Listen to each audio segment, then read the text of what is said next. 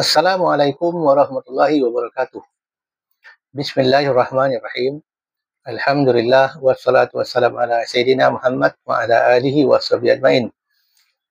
Rabbi shrah li sadri wa yassir li amri wa hlul 'uqdatam min lisani yafqahu qawli.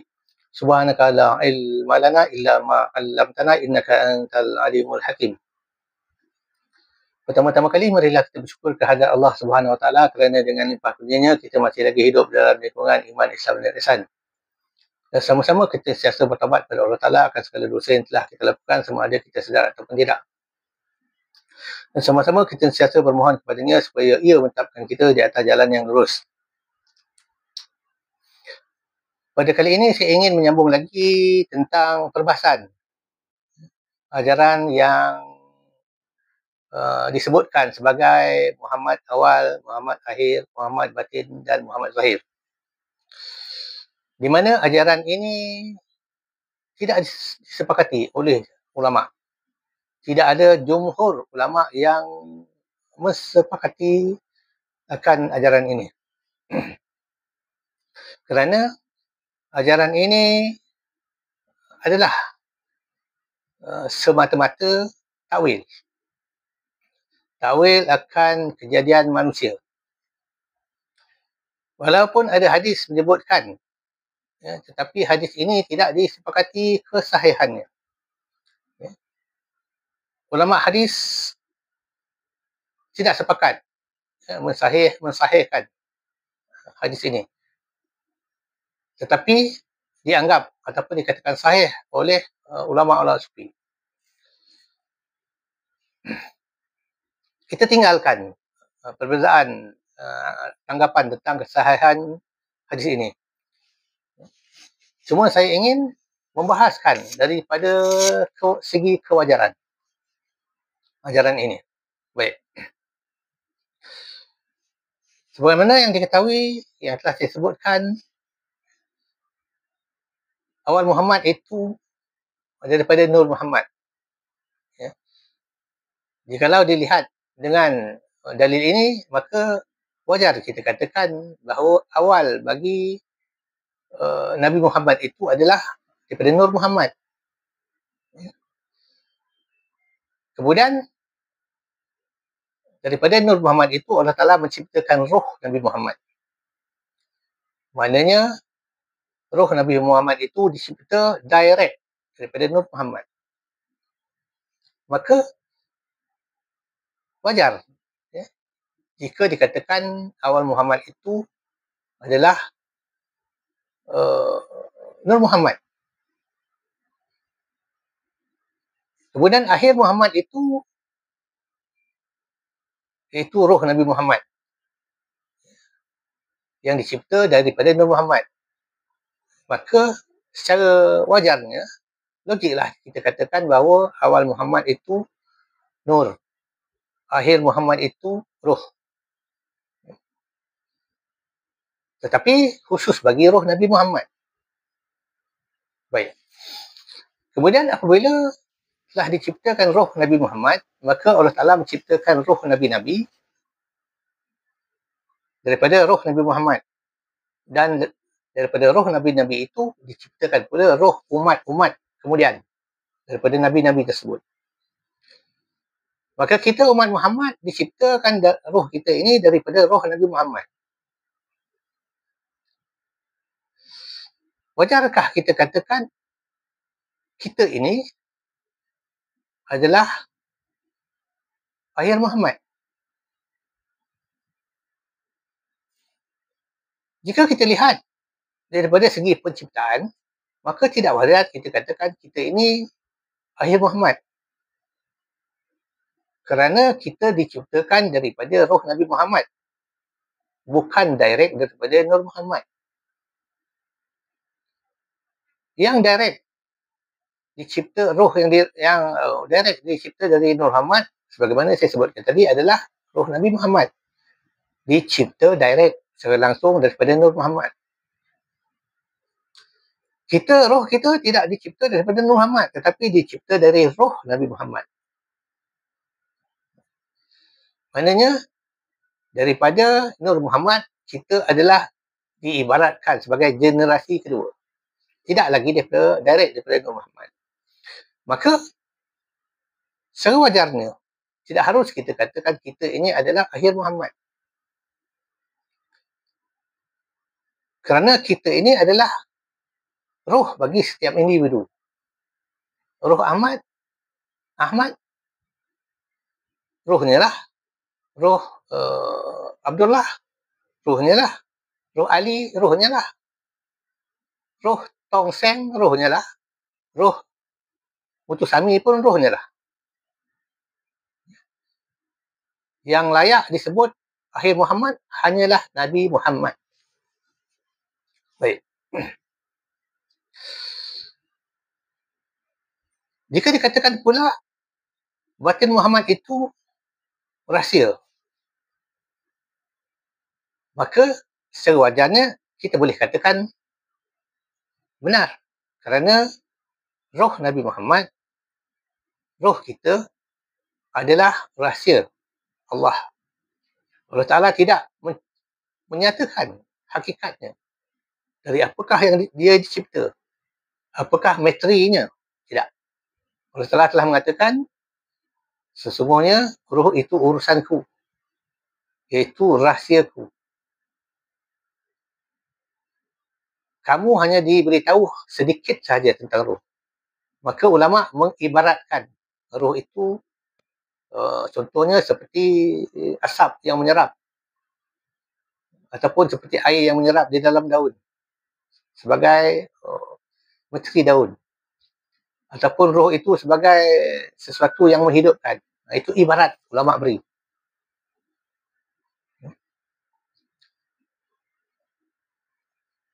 Tetapi hakikat roh itu kita tidak ketahui.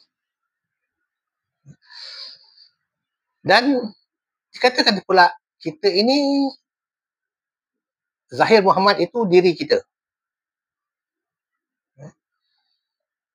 Bolehkah kita katakan diri kita ini Zahir Muhammad? Apakah hujah untuk kita katakan demikian? Hujah mereka-mereka yang mengatakan zahir kita ini Muhammad, antara lain mengatakan bahawa kepala kita ini mim, bahu kita ini ha, pusat kita mim kedua, kaki kita dal. Mim ha mim dal ini adalah kalimah Muhammad. Mim ha mim dal Muhammad. Maka atas hujah inilah dikatakan zahir kita ini Muhammad. Dan ada lagi hujah yang lain. Tetapi yang paling nyata hujah inilah yang digunakan pakai. Jika kita kaji balik semula kejadian kita, kejadian Nabi Muhammad adalah berasal daripada Nabi Adam. Allah Ta'ala mencipta Nabi Adam daripada 4 unsur, iaitu api, air, angin, tanah. Maka terciptalah jasad Adam, Nabi Adam alaihissalam. Maka kita, Nabi Muhammad, segala Nabi yang lain adalah titisan ataupun anak cucu Nabi Adam. Nabi Adam melahirkan anaknya, Qabil dan Habil. Dan Habil terbunuh. Maka Qabil, daripada titisan Qabil inilah kita berasal. Berkembang biak daripada satu generasi ke satu generasi.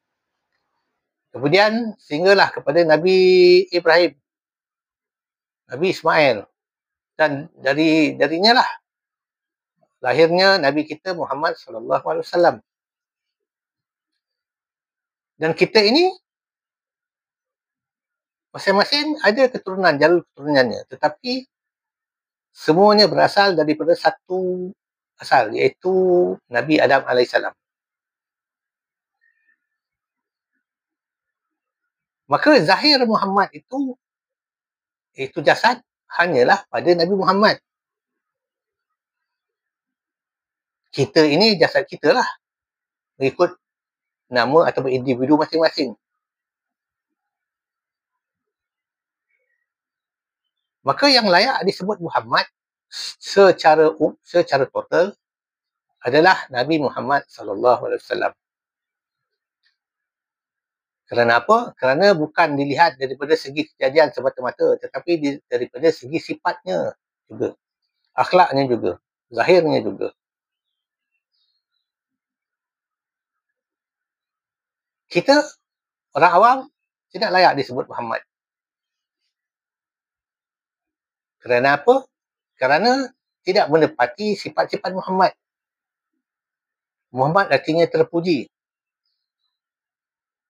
Yang terpuji secara total hanyalah Nabi Muhammad. Kita tidak total. Ada yang Muslim, ada yang kafir, ada yang ateis, thinker dan sebagainya. Bahkan kita yang Muslim ini pun ada tingkatannya. Ada Muslim yang taat, ada Muslim yang asi, yang maksiat. Maka hendaklah dinilai semula pegangan awal Muhammad, akhir Muhammad, zahir Muhammad, batin Muhammad ini.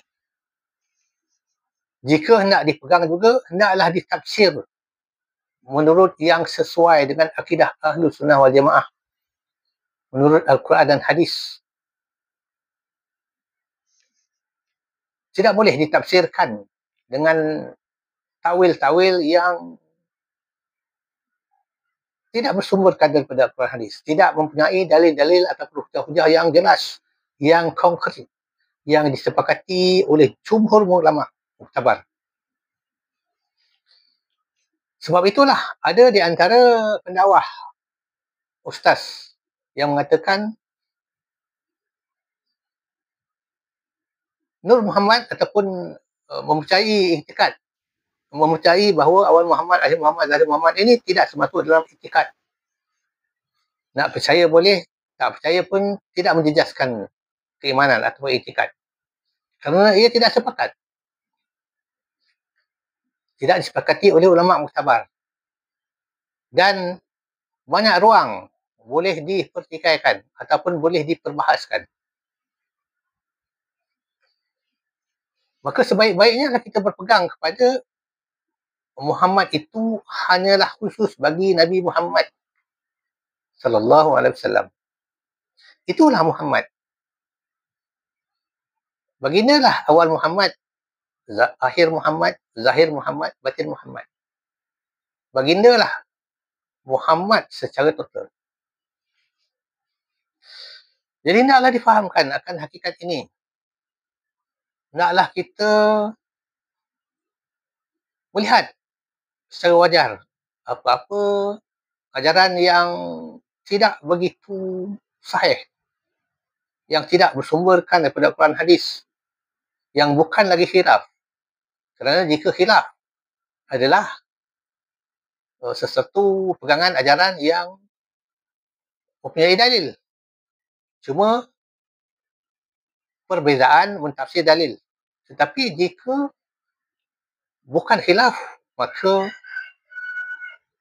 tidak wajib untuk kita berpegang kepadanya.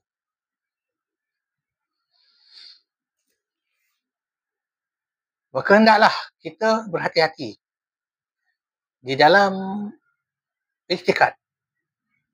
Kerana jika kita tidak berhati-hati, kebarangkalian kita tersesat adalah besar. Maka kembalilah kepada Al-Quran, Al-Hadis dan kalam-kalam muktabar dari ulama-ulama yang muktabar. Inilah jalan yang lebih selamat daripada kita berpegang kepada ajaran yang ganjil. Jadi sekian dulu. Wabillahi taufiq wa hidayah. Wassalamualaikum warahmatullahi wabarakatuh.